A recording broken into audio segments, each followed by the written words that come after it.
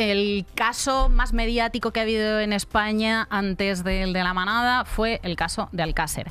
El caso de Alcácer, el asesinato de Míriam, Toñi y Desiré, unas adolescentes que iban a una discoteca en Picassent, de la localidad de Alcácer, que desaparecieron en 1992, es lo que ha marcado la educación, esta cultura de la violación de la que hablábamos, y la educación y el disciplinamiento de mujeres de mi generación, creo que de la inmediatamente posterior también y de la inmediatamente anterior. Que es no salgas de noche, no hagas autostop, vigila si hablas con desconocidos, pero bueno, esto me acuerdo yo que me lo decía mi madre, yo creo que desde los 5 años, en plan de no hables con desconocidos, no se mira, no se hace, o sea, quiero decir, había un miedo colectivo real ante la posibilidad, pues eso, de cualquier acontecimiento trágico, de la cual desde luego la última responsable era la víctima. Sí, pero es que nos educó, o sea, actuó como una especie de cuento con moraleja en la que tú estabas viendo constantemente, porque además el tratamiento mediático del caso, o sea, el caso de Alcácer marcó el peor periodismo, el periodismo negro, el periodismo amarillista,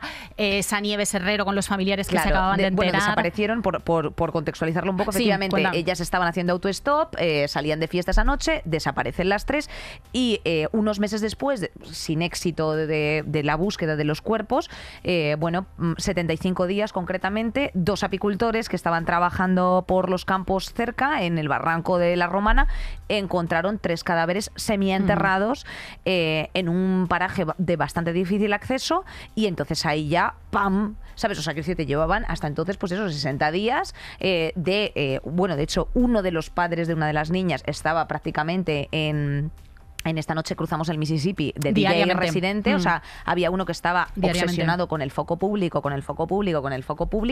y efectivamente ahí se trasladaron platos, el tipo de tratamiento que se hacía por parte, pues eso, de Nieves Herrero, Paco Lobatón y todos estos periodistas que fueron allí a hacer programas eran absolutamente escalofriantes, o sea, teatros del pueblo donde se reunían los familiares que cambiaban, o sea, que decirte que, o sea, frases tengo aquí de Nieves Herrero, como hemos captado el momento, vamos a compartir ese dolor. Paco Lobatón también decía al padre de Miriam, ¿se siente usted halagado por la repercusión? O sea, absolutamente. Sí, empezaron a caer como buitres sobre el caso, y aquí nació, pues eso, el peor periodismo que hemos visto, bueno, no lo llamemos periodismo, el peor amarillismo que hemos visto en España, hasta el punto claro de que no solamente estaba el padre de una de las niñas constantemente con Pepe Navarro en Esta noche cruzamos el Mississippi, también Miguel Ricard. Miguel Ricard decía una cosa en el juicio y una cosa diferente en la televisión, y cuando el juez en un momento dado le dijo, es que usted decía todo lo contrario ayer en Esta noche cruzamos el Mississippi, y Miguel Ricard le respondió, hombre, es que aquello era la tele, ¿no? Esto es un juicio. Es muy recomendable para entender cómo caló en España el caso Alcácer y cómo nos cambió como sociedad. Creo que ahora hemos vuelto a dar otra voltereta, que lo que estamos haciendo es desandar el camino, o sea, salir del hoyo en el que nos metió a las mujeres el caso Alcácer. Hay que leerse Microfísica sexista del poder, de Nerea Barjola, que es un libro que analiza el tratamiento mediático del caso. Siempre se habló, o sea, en la leyenda negra del caso Alcácer se habló siempre de que había una snuff movie, de que, claro, el padre, creo que fue el de Míriam, que estaba completamente obsesionado con que había alguna especie de complot, de secta, que había implicado gente muy importante en el asesinato de las niñas, o sea, una especie de conspiración y delirio que nunca se llegó a demostrar, obviamente, y que esa gente las había matado y las había torturado para hacer una snuff movie. La conclusión que saca Nerea Barjola en este libro es que esa snuff movie, esa película de tortura real, existe.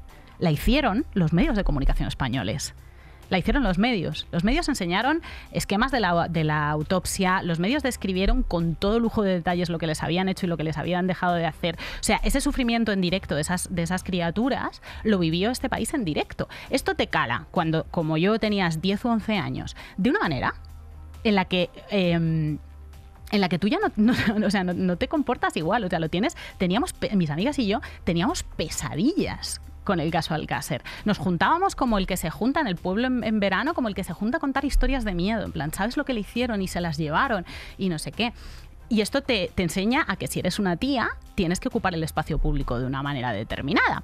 Nerea Barjola también habla de que existe un espacio en el que existe un espacio del que no nos podemos salir. Es un espacio en el que las mujeres estamos como fuera de la tutela masculina. Ese espacio mágicamente aparece como si tú abrieras el armario de Narnia, ¿vale? Ese espacio aparece cuando te vas de viaje sola, haces autostop, subes al piso que hablabas antes. Responsabilizarte de tu desgracia, ¿no? Cuando subes al piso del que hablabas antes, cuando estás borracha, cuando te metes en el portal de la manada, cuando te vas de viaje a un país al que no te tenías que haber ido, cuando te metes en un callejón oscuro, abres el armario de Narnia y te metes en un espacio en el que no tenías que estar. Y entonces ahí es tu culpa. Te pueden hacer cualquier cosa. Te pueden hacer cualquier cosa. Cuando las feministas decimos sola y borracha, quiero llegar a casa, no lo decimos porque seamos unas malcriadas ni unas alcohólicas. Lo decimos porque queremos reclamar el espacio público.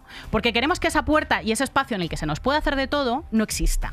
Entonces, la herencia de Alcácer, que nos ha cambiado tanto las cabezas, hay que volver a cambiárnoslas y reeducarnos para entender que el espacio público es de las mujeres. Exacto, que es nuestro. Y vivir sin castigos ante tales frases que decía Fernando Martínez Lainez, como ellas pudieron haber caminado un poquito más, les faltaba poco para llegar a la discoteca y sin embargo, por no seguir andando otros 10 minutos, eligieron ponerse en manos de la suerte.